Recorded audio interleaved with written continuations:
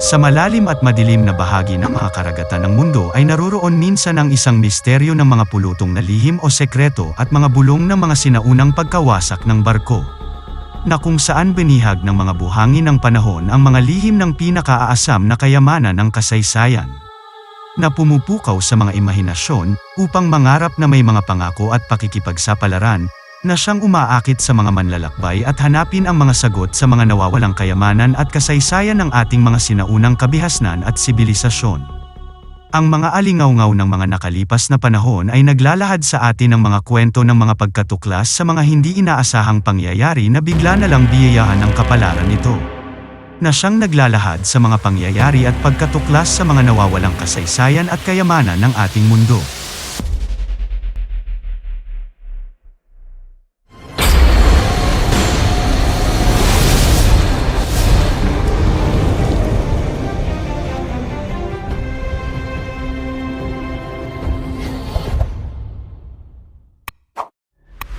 Number 1. 34,000 na mga ginto at artifacts na natagpuan sa barkong San Diego na lumubog sa parting bansa ng Pilipinas noong 1600 AD. Ang barkong San Diego ay isang galleon na ginawa sa Cebu noong pang 1590s, na ang mga manggagawa ng barkong ito ay ang mga Espanyol, Tsino, at Pilipino. Ito ay lumubog malapit sa lalawigan ng Batangas noong 1600 at natuklasan ang wreck noong unang bahagi ng 1990s kung saan mahigit 30,000 na artifacts ang narecover dito. Ang exhibit ay naglibot sa buong mundo bago naging permanenteng exhibit ng Museum of the Filipino People. Noong Desyembre taong 1600, dumaong sa Manila Bay ang dalawang barkong Dutch, ito ay ang Mauritius at ang Andro. Ang 70 na mandaragat na sakay nito ay ang lahat na natitira sa orihinal na fleet ng 4 na barko, at 248 na kalalakihan na umalis sa Netherlands 2 taon na ang nakalipas na may mga misyon upang pagnakawan at alamin ang mga ruta ng kalakalan. Naglayag ang mga ito upang harangin at makipagdigmaan sa dalawang barkong Espanyol na San Bartolome at ang San Diego, na may mga lulan na mahigit 450 armadong kalalakihan. Ito ay ang mga Espanyol, Pilipino, Hapones at iba pa. Si Antonio de Morga, ang tenyente gobernador ng Pilipinas at punong mahistrado ng kanilang kataas-taasang hukuman, ang siyang namuno sa San Diego na isang barkong pangkalakal na gamit pang supply upang gamitin para sa labanan. Ang commander ng Mauritius, na si Oliver Van Noort, ay isang dating innkeeper sa Rotterdam na bihasa sa pagpipiloto ng isang sasakyang pandagat, na hindi katulad ni De Morga na talagang walang karanasan sa paglalayag. Ang pakikipagsapalaran ng mga Espanyol ay simula ng kanilang matinding trahedya. Ang pamumuno ni De Morga ay isang paraan upang makita siya at kilalanin bilang natatanging pagtrato mula kay Haring Philip II ng Espanya. Alam ng mga karamihan na siya ay hindi handa at hindi karapat-dapat para sa misyong ito, pero sa kabila ng lahat ay pinagpatuloy pa rin ito, upang ituloy ang misyon sa abot ng lahat ng kanilang makakaya. Sa kabila ng mga pagkuha ng mga mersenaryong Hapones upang maiwasan ang paglalayag na kasama niya, nagkaroon din ng mga usapin tungkol sa pagsasaayos ng barko. Sa sukat na 115 na talampakan at 300 na toneladang barko ng San Diego ay may 14th na cannon sa loob nito, 127 na bariles na naglalaman ng mga pulbura, libu-libong cannonballs at musket balls, daan-daang garapon para sa mga probisyon at daan-daang taong sakay nito. Nang maglayag ang barko sa daungan ay sobrang bigat nito, na ayon sa mga nakasalaysay at nakasaksi, ang tubig ay umabot sa mga imbakan ng mga armas. Sa katunayan, ang barko ay puno ng mga cannon na hindi naman magagamit sa labanan. Dahil sa kanyang kakulangan ng firepower, nagpasya si De Morga na makipagbuno sa barkong Mauritius at sumakay ang ibang tauhan nito, na dinaig ang mga Dutch sa kanyang malawak na kahusayan sa lakas tao. Alinsunod dito, humigit kumulang 30 sa kanyang mga tauhan ang sumakay at ang mga Dutch ay humingi ng mga tuntunin ng pagsuko. Gayunpaman, si De Morga ay hindi nakapagbigay ng mga utos sa kanyang mga tauhan, na nagbigay daan sa mga Dutch upang lumakas ang loob at lumaban muli. Gamit ang isang kilalang mandaragat na panlilinlang, sadyang sinunog ni Oliver Van Noort ang kanyang sariling barko upang pilitin ang mga tao na umakyat sa deck upang lumaban at takutin ang mga Espanyol. Habang nababalutan ng makapal na usok mula sa Mauritius, ang barko na San Diego na nakadugtong sa kanya, ay nagkaroon na ng isang problema, iniisip nito na kung anong maaring gawin, na maaring manatiling nakakabit at masunog na lang, o putulin ang mga linya at hayaan na lang lumubog.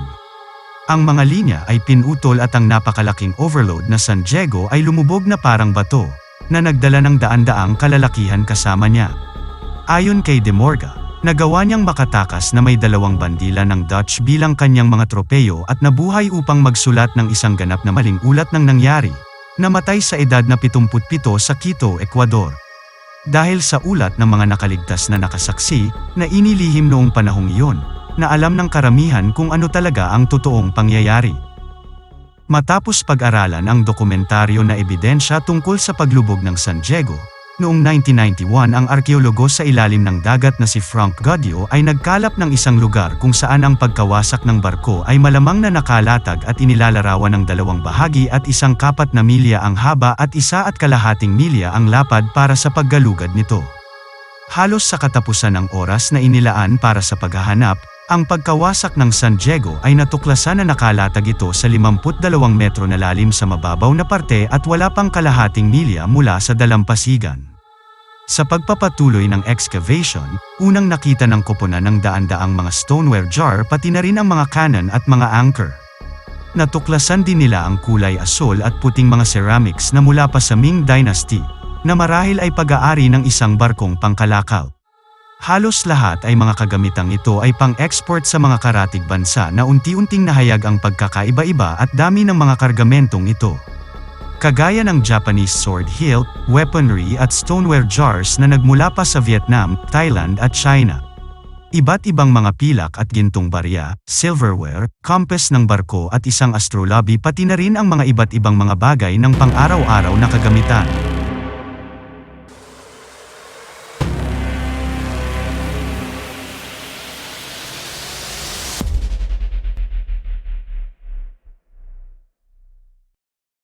Number 2. Mga iba't ibang artifacts at gintong barya na aksidenteng natagpuan ng isang mangingisda sa lumubog na barkong junk Lena sa bansang Pilipinas.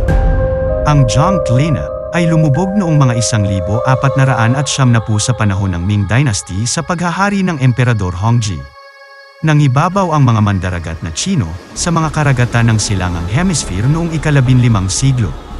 Ang mga masigasig na mga ngalakal na ito ay hindi lamang nagtutustos sa lahat ng parting Timog Silangang Asya ng kanilang mga kalakal, ngunit mayroon ding malakas na koneksyon sa kalakalan hanggang sa gitnang Silangan at Africa. Noong 1405, inilunsad ni Emperador Yongle ang una sa 7 dakilang ekspedisyon sa dagat ng sikat na treasure fleet. Ang ekspedisyon ng junk Lena ay nananatiling isang palaisipan sa karamihan. Maaaring nating ipagpalagay na pagkatapos magkarga ng mga ceramics, na kung saan ang ilan ay nagmula sa mga tapahan sa Jingdezhen, Longquan at Guangdong. Pati na rin ang iba't ibang kalakaw tulad ng mga tansong gongs, pulseras, kawali at bakal na ingot. Ang junk Lena ay tumulak mula sa daungan ng Zhejiang o Fujian.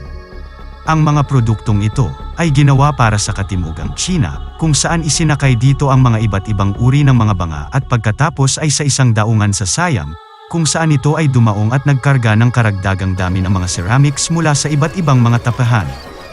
Ang junk Lena ay maaaring umabot din sa baybayin ng Malay Peninsula at Sumatra, kung saan marahil ang mga tin ingot at mga kagamitang tanso ay ikinarga dito. Ang pagkakaroon ng mga kalakal ng Siamese ang siyang dahilan ng barko at nagmumungkahi na ang mga kargamentong ito ay sumunod sa ruta sa baybayin sa kahabaan ng mga borders ng China upang makarating sa Malacca, kung saan ang mga kargamento ay iluluwas patungo sa gitnang Silangan Asya. Kaya naman nakakagulat na matagpuan ang wreck na ito sa hilagang silangan ng Palawan, halos 2,000 nautical miles, 3,700 kilometro, mula sa isang Siamese port o sa Malacca Straits. Ang Lena Shoal Shipwreck ay aksidenteng nadiskubre ng mangingisda sa karagatan ng Busuanga ng Hilagang Palawan noong unang bahagi ng 1996. Naganap ang makabuluhang pagluluting noon, bago pa ang National Museum of the Philippines at ang Far Eastern Foundation for Nautical Archaeology habang isinasagawa ang archaeological excavations. Mahigit sa 7,000 archaeological espesimen na binubuo ng high-fired ceramic tradeware mula sa China, Thailand, Vietnam, at Burma. Kasama ang earthenware, elephant tusks, tin ingots, glass beads, bronze bracelets, gong, at mga organikong materyales ang na-recover dito. Ang pagsusuri sa mga produktong ceramic na Tsino at Timog Silangang Asya ay naglalagay ng petsa ng pagkawasak ng barko sa huling bahagi ng ika-15 siglo sa panahon ng paghahari ng emperador ng Tsina na si Hongji noong taong 1488 hanggang 1505. Ang mga labi ng bahagi ng kahoy ay may sukat na humigit kumulang na 18.3 metro ang haba at 5 metro ang lapad. Tinatayang ang orihinal na haba ng barko ay humigit kumulang na 24 na metro habang may bigat lamang na kumakarga na humigit kumulang na 100 tonelada.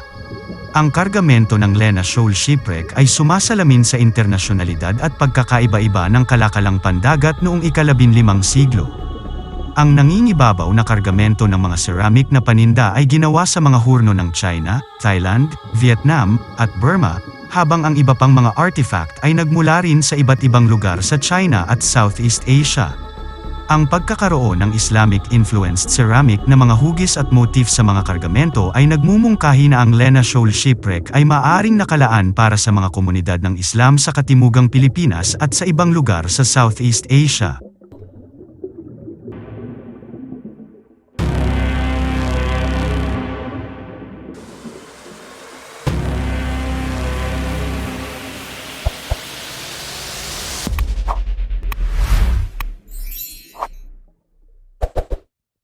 Number 3. Pandanan Shipwreck. Maninisid ng mga perlas sa Palawan na nakatagpo ng mga iba't ibang artifacts at antigong mga ceramics. Ang Pandanan Shipwreck ay isang archaeological site na nahukay noong 1995 ng Underwater Archaeology Division ng National Museum of the Philippines sa Pandanan Island sa baybayin ng Southern Palawan. Itinuturing na ang barko ay isang Southeast Asian cargo boat na naglalakbay mula sa alinman lugar sa Vietnam o Southern China, at isa sa mga pinakamahusay na napreserba na pre-Spanish trading ships sa loob ng jurisdiksyon ng Pilipinas.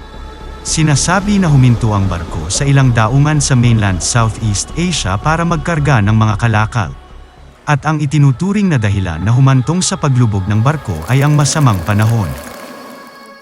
Ang mga sukat ng bangka ay humigit kumulang 25 hanggang 30 metro ang haba at mga 6 hanggang 8 metro ang lapad, at mayroon itong patag na ilalim na angkop para sa mga tubig ilog. Ang pagkawasak ng barko sa Pandanan ay itinuturing na isang pambihirang lugar na may petsang humigit kumulang sa kalagitnaan ng ika-15 siglo. Dahil ayon kay Secuma noong 1989, ipinag-utos ng Korte ng Imperial ng China ang kumpletong pagbabawal sa lahat ng pribadong kalakalan sa panahong iyon. Ang pagkatuklas sa shipwreck na ito ay hindi sinasadya. Ang taong ito ay matagal nang maninisid mula sa Eco Farm Systems Incorporated o isang pearl farm sa Pandanan Island na nagngangalang Eduardo Gordirila. Nagkataon na ito ay napadpad sa site ng aksidenteng nakakita ng mga banga sa ilalim ng dagat habang naghahanap siya ng nawawalang basket na naglalaman ng mga higanteng talaba. Pagkatapos nito ay ipinaalam niya sa tagapamahala ng farm na si Efren T. Anis ang kanyang natagpuan. Dahil dito ay dali-dali nilang ipinaalam at isinangguni sa Pambansang Museo noong ika-9 ng Hunyo taong 1973. Bagamat ang isang ulat tungkol sa pagkawasak ay isinumite noon pang 1993, at noong 1995 pa lamang opisyal na nagsimulang e-excavate ang malawak na lugar at ang pagsusurbey ay ginawa lamang sa loob ng isang taon ng taong 1973 hanggang 1994.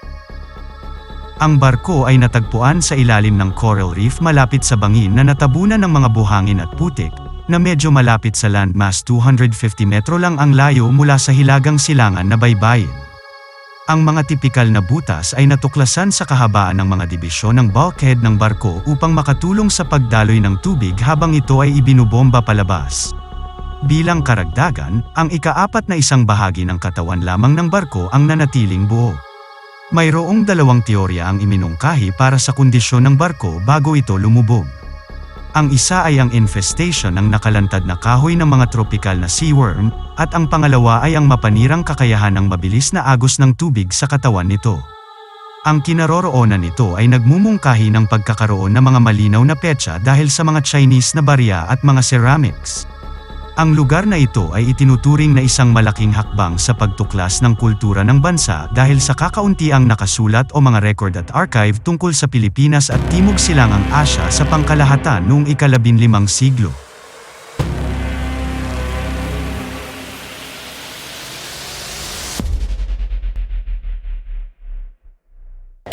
Sana may napulot kayong aral sa mga topic natin ngayon, tungkol sa mga nakakamanghang mga nadiskobring kayamanan at mga artifacts sa ilalim ng dagat sa bansang Pilipinas Part 1. Lagi nating tatandaan na mag-iingat parati at umiwas sa anumang sakit, lalo na sa panahon ngayon.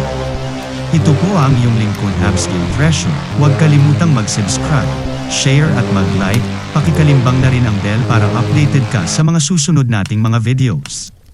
Hanggang sa muli, salamat!